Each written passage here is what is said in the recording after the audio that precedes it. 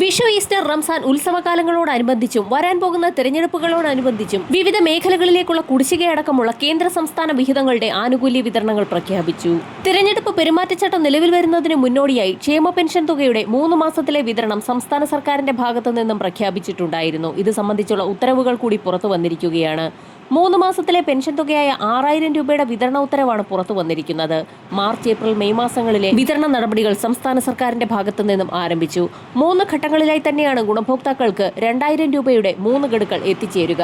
Bank account നമ്പറുകൾ നൽകിയിട്ടുള്ള മുറയ്ക്ക് അക്കൗണ്ടുകളിൽ തുക സ്വീകരിക്കുന്ന ഗുണഭോക്താക്കൾക്ക് തന്നെയാണ് ആദ്യഘട്ടത്തിൽ തുക എത്തിച്ചേരുക. ഇതോടൊപ്പം തന്നെ സഹകരണ സംഘം ജീവനക്കാർ വഴി വീടുകളിലേക്കുള്ള വിതരണവും ആരംഭിക്കും. ഈ സാഹചര്യത്തിലാണ് ക്ഷേമ പെൻഷൻ വർധന, പെൻഷൻ തുകയുടെ കുടിശ്ശിക വിതരണം എന്നിവ പ്രഖ്യാപിച്ചിരിക്കുന്നത്. കെട്ടിട നിർമ്മാണ മേഖലകളിൽ കാലങ്ങളോളമായി കുടിശ്ശികയായി കിടക്കുന്ന തുകയുടെ വിതരണം സംബന്ധിച്ചുള്ള സുപ്രധാന അറിയിപ്പുകൾ എത്തിയിരിക്കുകയാണ്. തുക വിതരണം ചെയ്യുന്നതിലേക്കായുള്ള നടപടികൾ സംസ്ഥാന സർക്കാരിന്റെ ഭാഗത്തു നിന്നും ആരംഭിച്ചു.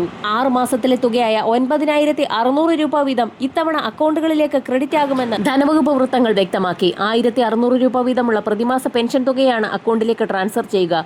സംസ്ഥാന സർക്കാരിന്റെ 50 കോടി രൂപ വായ്പാ സഹായം, അതോടൊപ്പം തന്നെ വിവിധ ക്ഷേമനിധി ബോർഡുകൾ വഴിയുള്ള വായ്പാ ധനസഹായം, ഇതെല്ലാം തന്നെ സർക്കാർ ഗ്യാരണ്ടിയിൽ കൃത്യമായി വിവിധ ക്ഷേമനിധി ബോർഡുകൾ അനുവദിച്ചിട്ടുണ്ട്. ഈ തുക വിനിയോഗിച്ചാണ് ഇപ്പോൾ പെൻഷൻ വിതരണം നടത്താൻ പോകുന്നത്.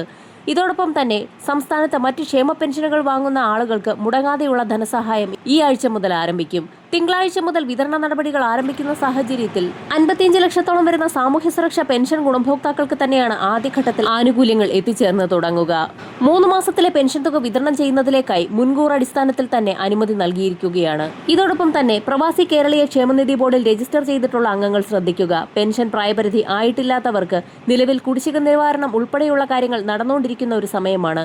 പിഴപ്പലിശ ഉൾപ്പെടെയുള്ള കാര്യങ്ങൾ പ്രത്യേക ഇളവുകളോടെ അടയ്ക്കാനുള്ള സമയം 2026 മാർച്ച് മാസത്തിൽ അവസാനിക്കുകയാണ്. ഓൺലൈൻ വഴിയും പിഴപ്പലിശ ഉൾപ്പെടെയുള്ള കാര്യങ്ങൾ അടയ്ക്കുകയും അംശാദായം അടയ്ക്കുകയും ചെയ്യുന്നതിനുള്ള സംവിധാനം ഇപ്പോൾ ക്രമീകരിച്ചിട്ടുണ്ട്. പ്രവാസി കേരളീയ ക്ഷേമനിധി ബോർഡിലെ അംഗങ്ങളെ സംബന്ധിച്ചിടത്തോളം തീർച്ചയായും ഇക്കാര്യങ്ങളൊക്കെ ശ്രദ്ധിക്കുക. നമ്മുടെ ഭാഗത്തു നിന്ന് പിഴപ്പലിശ ഉൾപ്പെടെയുള്ള കാര്യങ്ങൾ അടയ്ക്കാനുണ്ട് എങ്കിൽ കുടിശ്ശിക ഉൾപ്പെടെയുള്ള കാര്യങ്ങൾ പൂർണ്ണമായും ക്ലോസ് ചെയ്യുന്നതിനുള്ള കാര്യങ്ങൾ ശ്രദ്ധിക്കുക. അടയ്ക്കാത്ത പക്ഷം 60 വയസ്സ് കഴിയുമ്പോൾ നമുക്ക് ലഭിക്കേണ്ട ബെനിഫിറ്റുകൾക്ക് തടസ്സം നേരിടുന്നതാണ്. അതുകൊണ്ട് തന്നെ എത്രയും വേഗം ഇത്രയും കാര്യങ്ങൾ പൂർത്തീകരിക്കുക. നടപടികൾ പൂർത്തീകരിച്ച് അക്കൗണ്ട് ആക്റ്റീവാക്കി നിലനിർത്തുകയും ചെയ്യേണ്ടതാണ്. അടുത്ത പ്രധാന അറിയിപ്പ്, ഇലക്ഷൻ അടുത്തതോടെ ക്ഷേമനിധി പെൻഷൻ 5000 രൂപയാക്കി വർദ്ധിപ്പിച്ച് സർക്കാർ ഉത്തരവ് പുറത്തിറങ്ങിയെന്നുള്ളതാണ്. സംസ്ഥാനത്തെ കലാപ്രവർത്തകരുടെ പെൻഷൻ വർദ്ധിപ്പിച്ച് സർക്കാർ ഉത്തരവിറക്കി. സാംസ്കാരിക പ്രവർത്തക ക്ഷേമനിധി ബോർഡ് വഴി നൽകി വരുന്ന വിവിധ ധനസഹായങ്ങളാണ് വർദ്ധിപ്പിച്ചത്. നിലവിൽ നൽകി വരുന്ന സൂപ്പറാന്വേഷൻ പെൻഷൻ 4000 രൂപയിൽ നിന്നും 5000 രൂപയാക്കി ഉയർത്തി. കുടുംബ പെൻഷനും അവശതാ പെൻഷനും 1100 രൂപയിൽ നിന്നും 1600 രൂപയാക്കി ഉയർത്തി.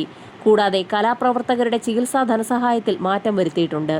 ആജീവനാന്ത ചികിത്സാ സഹായം 1.5 ലക്ഷത്തിൽ നിന്നും 2 ലക്ഷം രൂപയാക്കി വർദ്ധിപ്പിച്ചു. മുമ്പ് ഒരു തവണ ലഭിച്ചിരുന്ന സഹായം ഇനി ഓരോ 3 വർഷം കൂടുമ്പോഴും ലഭ്യമാക്കാൻ വ്യവസ്ഥ ചെയ്തു. മാരക രോഗങ്ങൾ പിടിപെട്ടവർക്ക് 2 ലക്ഷം രൂപ വരെ ആവർത്തന ധനസഹായമായും ലഭിക്കുന്നതാണ്.